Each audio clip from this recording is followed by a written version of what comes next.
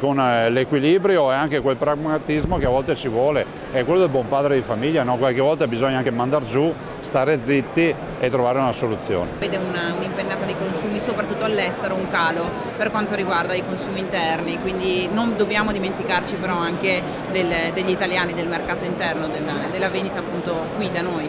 No, e dobbiamo anche ricordare che le proiezioni ci danno un 2015 con un consumo pro capite di 40 litri all'anno in Italia.